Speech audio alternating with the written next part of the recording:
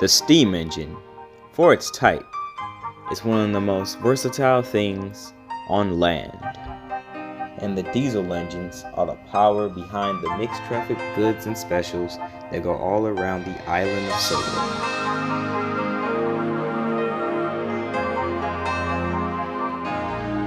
This is NWR Stories.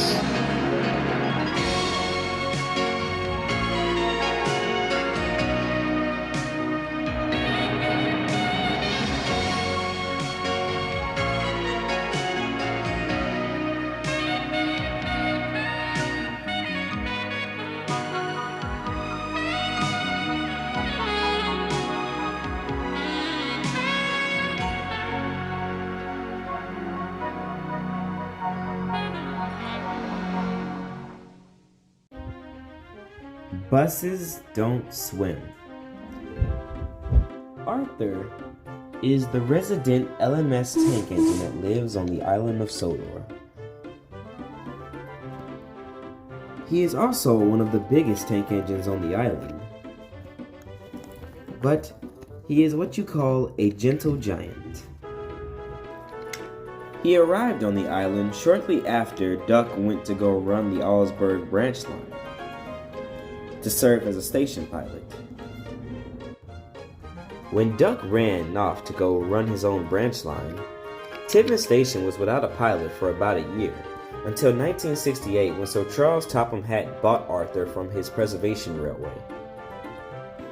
When Arthur was brought to the island, he was painted in British Railway black, but when he was brought to the works on the island, he chose a new coat of paint. With him being built in 1946, he was not able to adorn the red livery that the LMS was known for. So he chose this livery as a way of carrying on his LMS heritage onto the island of Sodor.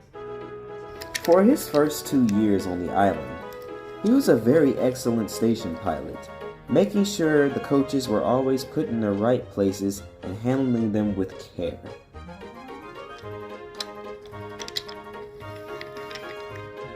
People would line up on the station just to watch him work because of how fascinating he was at his job, to the point where he became a local fan favorite in the town of Tippin. However, Arthur's work had not gone unnoticed.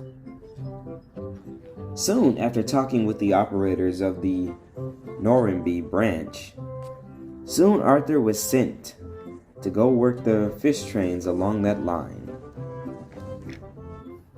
Arthur never complained about the smell of fish because during his life, he worked in the middle of the country because the London, Midland and Scottish Railway was nowhere near the sea, so he longed to see the seaside and finally got his chance with his new task.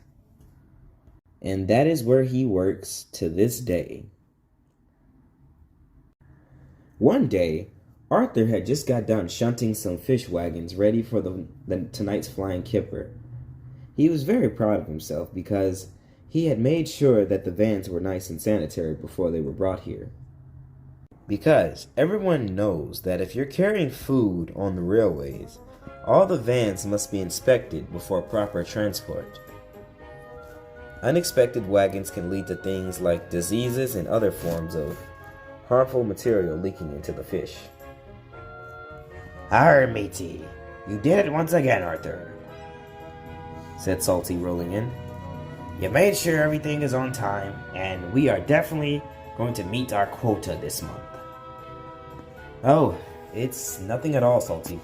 Just me doing my job as always, being a service to the railway." "Good, which is why I trust that the docks will be in good hands when I'm away." "Where are you going, Salty?" said Arthur, questioningly. "Well, I must go to the works. They say I've been having engine trouble, and I've been noticing it myself. So another engine is coming to help in my place. Hopefully you can show them what to do." "I definitely will." "Well, I'll see you soon, Salty." "Aye, aye, matey." And with a toot of his horn, Salty rode away to head to the works. Soon the engine that would arrive to assist Arthur for the few days was Wilbert. Wilbert was another engine that did not mind the smell of fish or the sights of the seaside. Because on his railway, he's used to just working in the woods, so he saw this as an opportunity just to try new things. Hello there. I'm Arthur.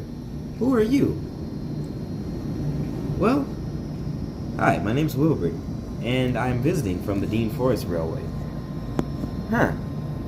Are you that same Wilbert that visited back in the 90s? Said Arthur. Yes, the very same. And I heard you were here for a while too. How come we didn't see each other last time I was here? Well, I was shunting at the station over in the on the main line. I didn't really get to see you much. Oh, that would make sense because I was working on the Farquhar branch because Percy had a porridge accident. Yeah, the guy really gets around. He sure does. But what am I going to be doing today? Well, there is a train over there in the sidings that needs to go to Thomas's branch, the Villages and Thomas's branch line. Oh, let me fix that. Ooh. It's okay. Take your time. But yes, there's a train over there that needs to be taken away to Thomas's branch line. And I was wondering, I was going to take it myself, but say no more. I can take care of it. Hey, it says right over there in the station? Yes, right over there. And with a toot of his whistle, Wilbert chuffed off to get the train. Soon, Wilbert was coupled up to the train that only consisted of 4 wagons, but they were filled to the brim with freshly caught fish. And with a toot of his whistle, Wilbert chuffed off to Thomas's branch line.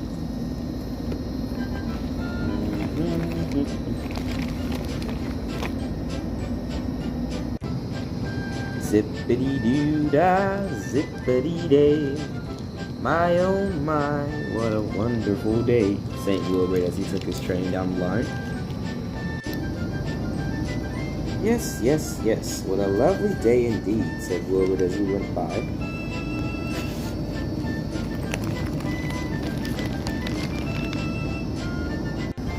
He soon was making his way towards the junction on Thomas's branch line, when suddenly a flash of red went by.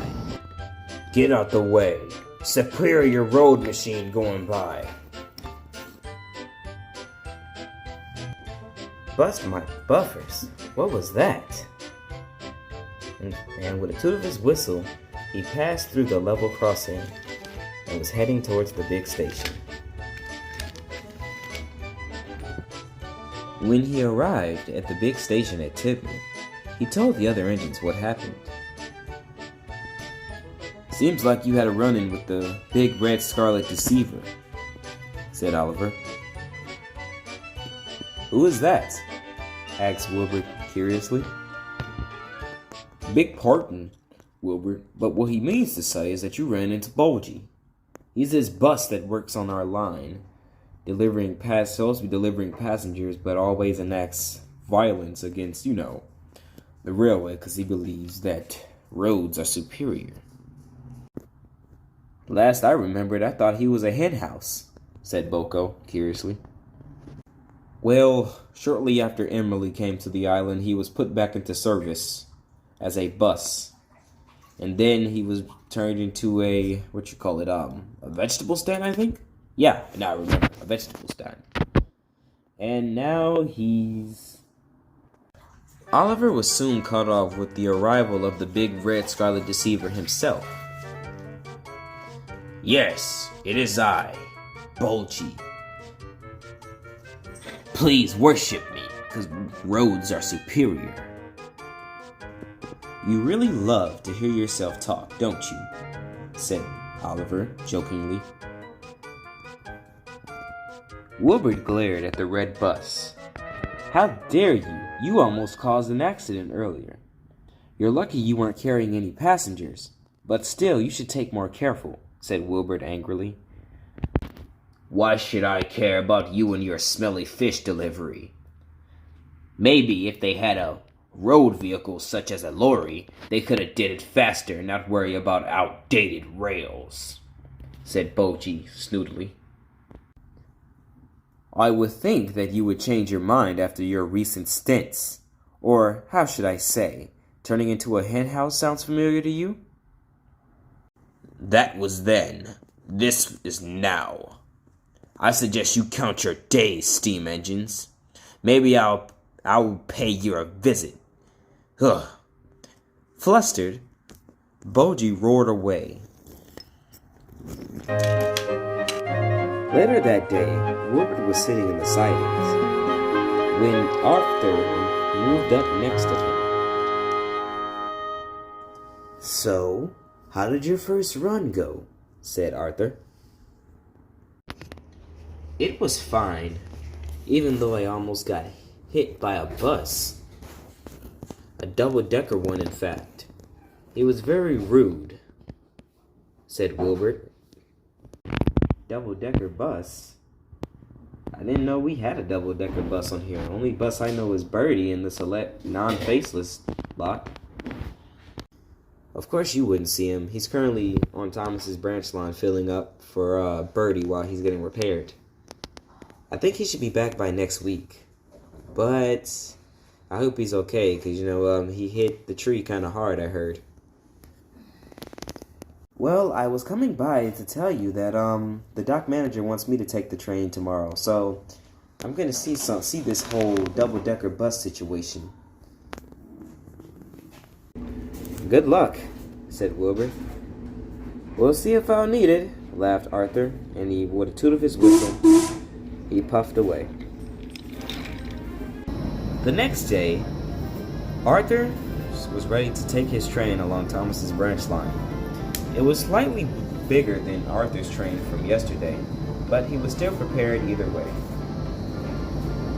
The workmen made sure that the vans were closed and secured so there wouldn't be no issues on the line. And soon Arthur was ready to go. And with a toot of his whistle, he soon left the docks with his train.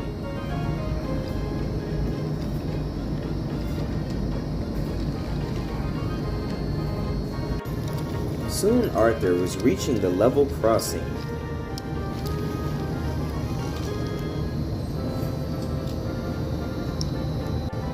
But when he got there, he saw that Bulgy was blocking the track. "Oh, come on now. Are you serious?" said Arthur. What do you want, you out-of-date machine? said Bulgy. "I'm trying to get by. You're blocking the line after all." Yeah, what of it? "I'm trying to rest." "In the middle of a level crossing?" said Arthur. Oh, "I didn't know I was here. Silly me," said Bulgy spitefully, and he slowly rolled off the line. But shortly before he did that, Arthur rushed up, scaring the bus. hey, said Bulgy. "Since we're playing like that, I'll show you," and the angry bus rushed away. "I showed him," said Arthur, and with a toot of his whistle, he puffed through the level crossing towards the station.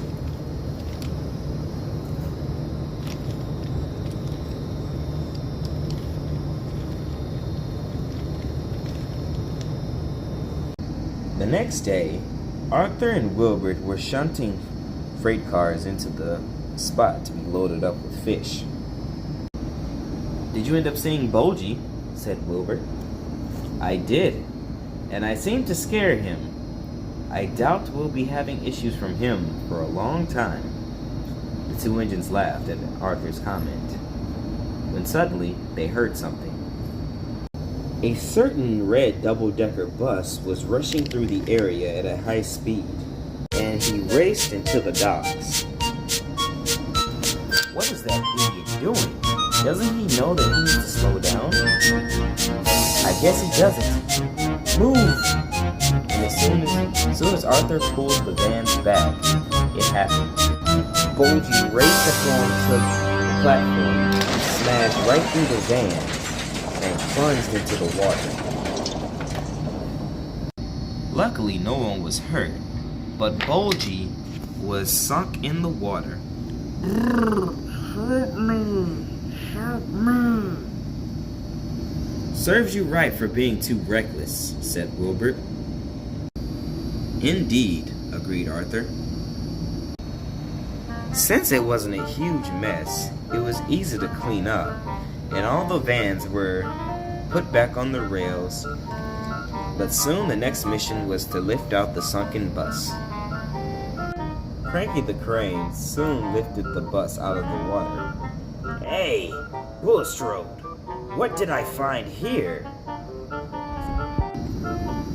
It looks like a bus, but I think it's a giant whale.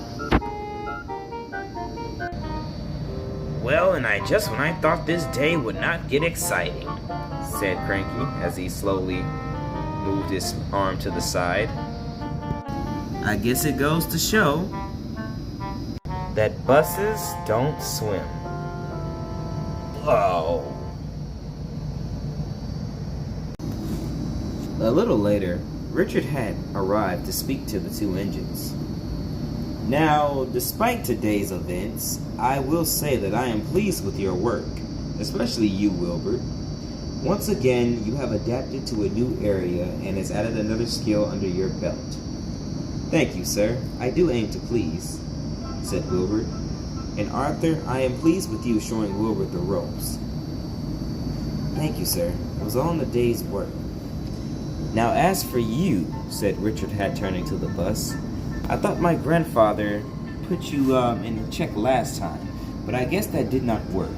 So now I have a new role for you. Uh-oh, this isn't gonna be good, said Bulgy. And no, it was not. Now Bulgy sits outside of Tidmouth Station, unrepaired and sitting alone on the side of the road, as a reminder to those who don't be careful around tracks. Hopefully he learns his lesson. Do you think he will?